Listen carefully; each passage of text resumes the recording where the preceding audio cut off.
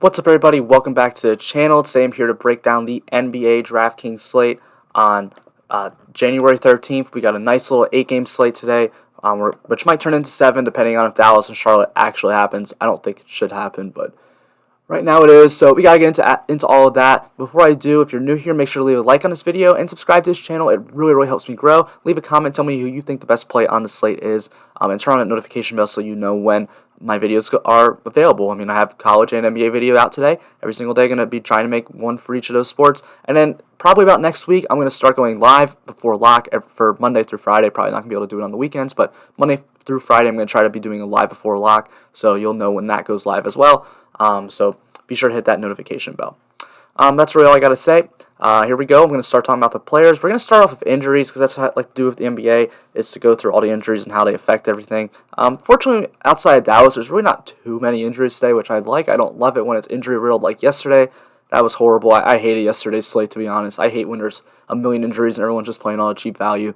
But fortunately, today it should not be as bad, except for maybe Dallas. We do have Kristaps Porzingis is questionable. He might return today, which would be nice to see him finally make his debut. But I mean, it's not going to affect that much because of all the rest of the people that are out. I mean, it'll probably take a little bit of minutes away from James Johnson, Boban, and Willie Cauley-Stein, but I mean, nothing too much because there's really nobody else on the team because Josh Richardson, Dorian Finney-Smith, Maxi Kleber, Dwight Powell, and Jalen Brunson are all out.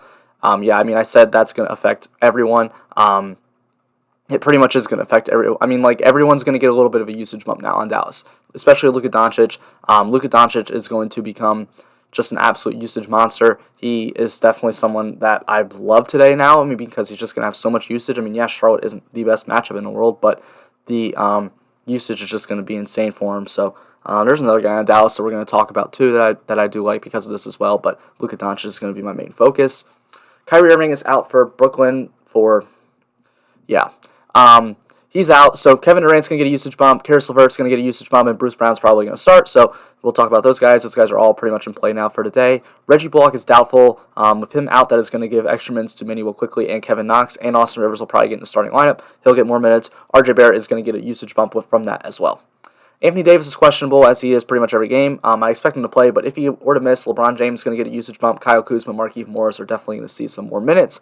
Clint Capella is questionable for Atlanta. If he were to miss, I think they'd probably just go small with John Collins starting, but even if he doesn't start, he's going to get more center minutes. So Bruno Fernando is also going to get some more minutes from that as well if Clint Capella were to miss. Bogdan Bogdanovic also out for Atlanta. That is going to free up some usage for Trae Young, along with extra minutes for Kevin Huerter and Cam Reddish. Lonzo Ball is out for New Orleans. This is actually probably the biggest injury of the day outside the Dallas stuff. In my opinion, Kyrie being out is kind of big, but everyone knows what's going to happen there. Lonzo is going to miss his first game of the year. That's going to open up a ton of usage for Eric Bledsoe. And then Nickeil Alexander-Walker and Josh Hart should see more minutes. However, Eric Bledsoe is also questionable today. So if him and Lonzo were to miss, this should probably allow Nickeil Alexander-Walker probably be the lock button of the slate, and maybe Josh Hart too, assuming he starts. Both those guys are going to see a ton of more minutes, as well with J.J. Redick, as well as more usage for both those guys too. So be on the lookout for that one. The Eric Bledsoe news is huge. Lonzo Ball being out is pretty big. That opens up value. But if Eric Bledsoe's out, then it's just going to be chalk city like yesterday. So we'll see what happens there. Ivica Zubac is questionable for the Clippers. If he misses, I'd expect Patrick Patterson probably just to slide into his role, maybe a little bit more minutes for Serge Ibaka, because he's just those two are a lot better than Patrick Patterson at this point in their career. So wouldn't be surprised to see Ibaka get like 30 minutes today. Yusuf Nurkic is questionable for Portland. If he were to miss, Enes Kanter probably starts. I'd assume starts. Harry Giles gets some more minutes. And then we're actually going to talk a lot about the Portland game theory, I guess, when we get to the Portland players in a minute, because this is kind of interesting to me. So that's all I really got on the injury news. Be sure to pay attention to news for the rest of the day. That is going to be very, very important. All right, we're going to start with Miles Bridges for the Charlotte Hornets. This can be the first guy I want to talk about. He's only $4,400. I have him projected for 28 minutes. He has a usage rate of 16.4, an assist rate of 8.5, and a rebound rate of 11.6. This game is going to have a pace of 102.6, which is going to be one of the slower pace games on the slate, which is why I only have one Hornet involved, honestly. It's a low total as well. Charlotte Hornet has a 107.2 team total, and the overall game total is going to be 219.5.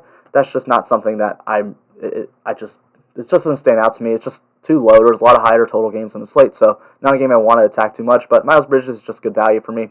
At $4,400, the minutes he's been getting, he's kind of been playing a little bit more here and there, especially because how much him and LaMelo Ball like to play together. That's giving Miles Bridges some more minutes, so that does mean that he does project out as a nice little value for me. If you're playing a lot of lines, so I'd probably get some Miles Bridges tonight.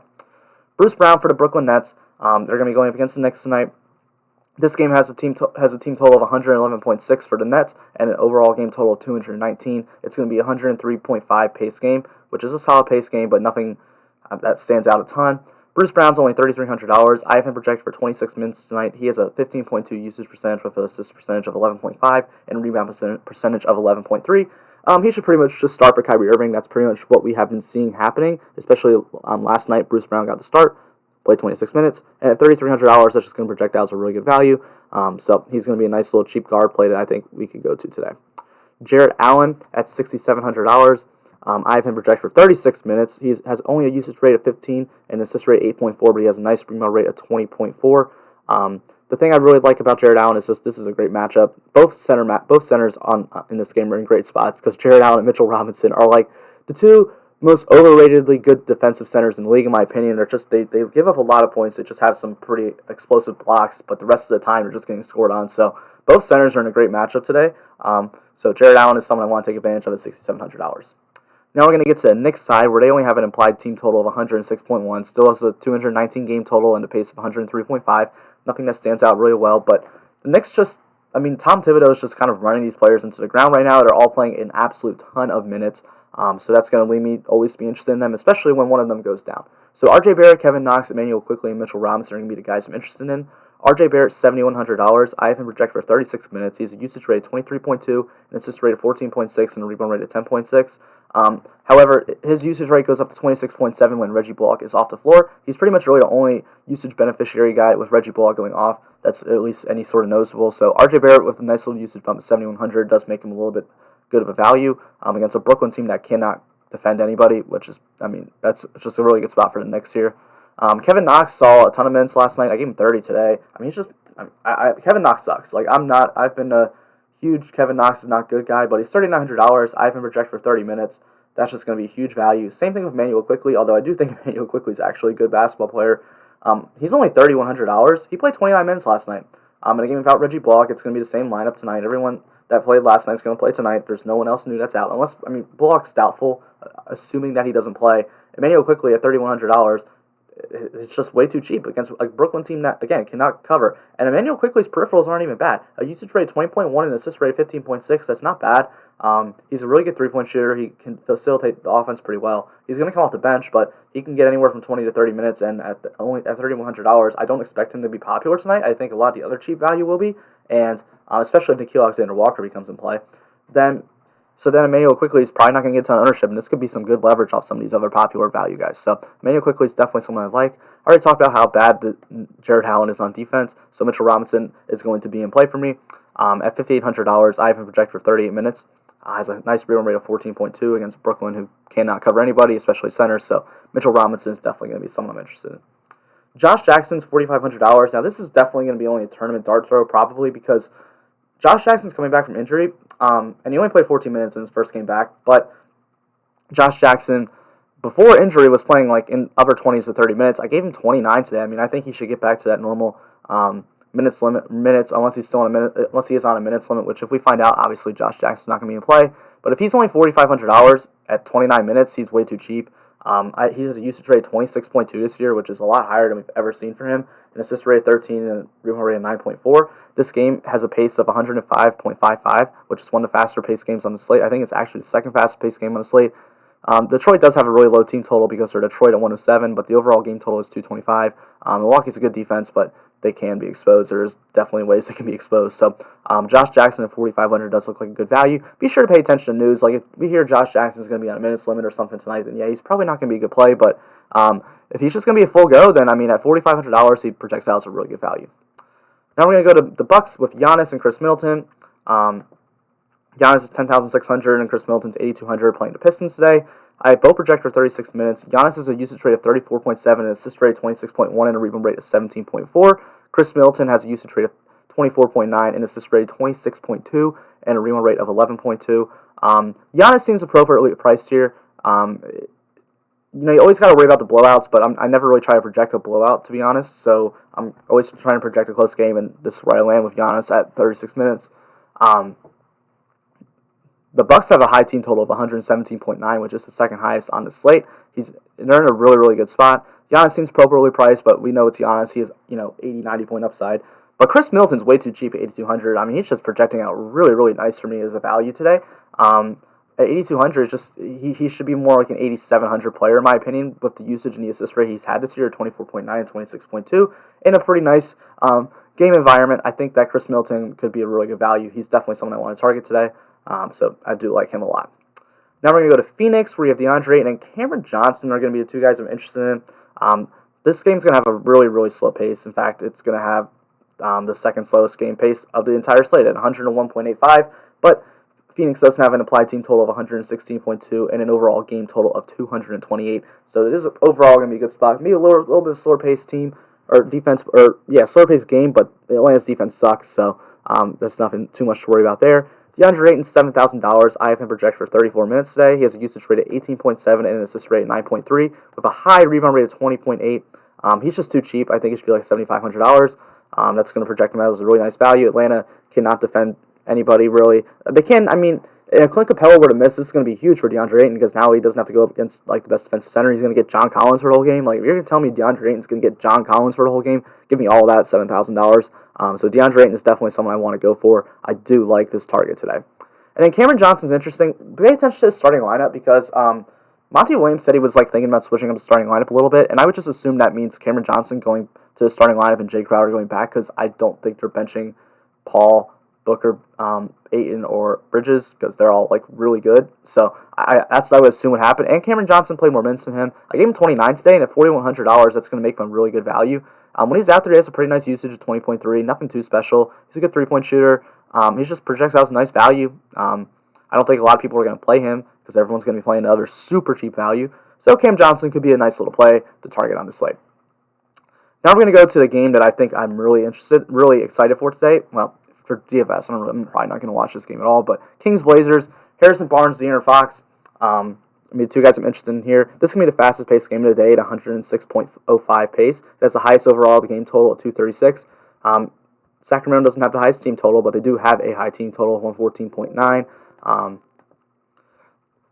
So Harrison Barnes and De'Aaron Fox are going to look pretty good for me.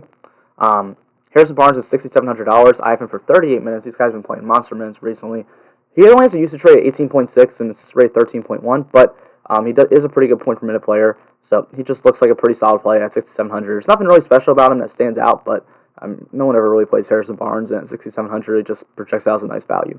Now, De'Aaron Fox is definitely one of my favorite plays on the slate overall. I love going to De'Aaron Fox today because this is just going to be a super fast-paced game against Portland, who they can't defend anybody. Like, they're just one of the worst defensive teams in the league. Both these teams are two of the worst defensive teams in the league, especially against the guards for Portland. So De'Aaron Fox at $7,400 is going to play 38 minutes. He has a ridiculously high usage rate of 28.7 and a high assist rate of 28.1. This is just a fantastic matchup for De'Aaron Fox. I love this spot for him. He's going to be one of my highest owned players today, I can already tell you that. So De'Aaron Fox is definitely someone I really, really like. Anthony Edwards at $4,800 is going to be someone I'm kind of slightly interested in, probably only for tournaments. I have him projected for 29 minutes. He's kind of just been seeing his minutes slowly rise. He's starting to get up into the upper 20s, into the 30s. So at 29 minutes for Anthony Edwards at $4,800 against Memphis, I like that. This game has a pace of 105. It has Minnesota's a team total of 111.5 and a game total of 220.5. So it looks like a pretty good spot for Anthony Edwards. Nothing too great, but it does look interesting. Carmelo Anthony at $4,200. I have him projected for 35 minutes. He has a usage rate of 20.5. This is going to be a game that I'm really interested to target. So you have Carmelo Anthony, Robert Covington, Enes Kanter, and CJ McCollum and Damian Lillard. So this is going to be a game where we already talked about the super high total on the slate at 236, has a pace of 106.05, and Portland has the highest team total on the entire slate at 119.4. So this is going to be a spot that I definitely like to target. We have this game. So you don't have, assuming Jusuf Nurkic doesn't play, which he left really early, I don't think Jusuf Nurkic is going to play. So a lot of that game, Portland kind of went small ball. And that's going to open up minutes for Carmelo Anthony, who we'll get to in a minute. But this is going to be another game where Sacramento plays small. Like, Richaun Holmes is an undersized center. Marvin Bagley's not big. Like, they could roll out a lot of small ball again. So that's going to make Carmelo Anthony a very interesting play for me. If I gave him 35 minutes today, he projects out as a monster value. Now, that's probably a lot of minutes to give him. But if he were to just play 30, because I don't think Enes Kanter can handle 30-plus minutes just because he gets into foul trouble and he's just not good and he can't play defense and all this other stuff, Carmelo Anthony ends up looking like a massive value. He is definitely someone I'm interested in. I think he projects out as a really, really good play and a really good value. Robert Covington at $5,000. I like him a lot as well. I have him projected for 34 minutes. He has a low usage rate, but he just projects out well. He's going to play a ton of minutes in this high-paced matchup. Enes Kanter is probably going to start if Nurkic misses at $4,800. That's just going to, he's a great fantasy producer, and 25 minutes he's going to absolutely smash, so that just looks like a great play. And then CJ McCollum and Damian Lillard as well. These are just the two great players on this team. CJ McCollum's had a year, man. $8,600 for him and $95 for Lillard seems a little bit too cheap. McCollum has a usage rate of 29.1. Lillard has a usage rate of 29.6. Lillard's assist rate is 29.7. McCollum's is 26. So obviously Lillard's going to be a little bit more better, but McCollum's been great this year, and both these two look like absolute smash plays to me. Damian Lillard's too cheap. This could be one of those explosion games we get from him. This is going to be a game I'm attacking regardless.